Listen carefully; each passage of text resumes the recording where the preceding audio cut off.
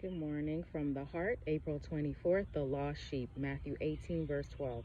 If a man has 100 sheep and one of them goes astray, does he not leave the 99 and go to the mountains to seek the one that is straying? In the parable of the shepherd seeking for the lost sheep is a representation of the tender patience, perseverance, and great love of God.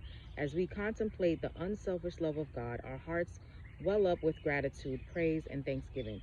We praise him for the priceless gift of his only begotten Son. There is no animal so helpless and bewildered as is the sheep that has strayed away from the fold.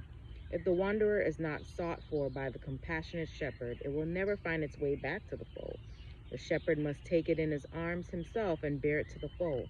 The Pharisees were ready to accuse and condemn Jesus because he did not, like themselves, repulse and condemn the publicans and the sinners.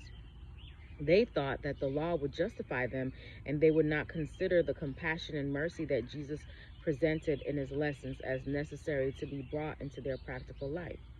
Christ never invited the wicked to come to him to be saved in their sins, but to be saved from their sins. Christ did not ordain the plan of salvation for any one people or nation. He said, I lay down my life for the sheep, and other sheep I have which are not of this fold, them also I must bring, and they shall hear my voice, and there shall be one fold and one shepherd. Let every desponding, distrustful soul take courage, even though that individual may have done wickedly. You are not to think that perhaps God will pardon your transgressions and permit you to approach into his presence, but you are to remember that it is God who has made the first advance, and he has come forth to seek you while you were still in rebellion against him.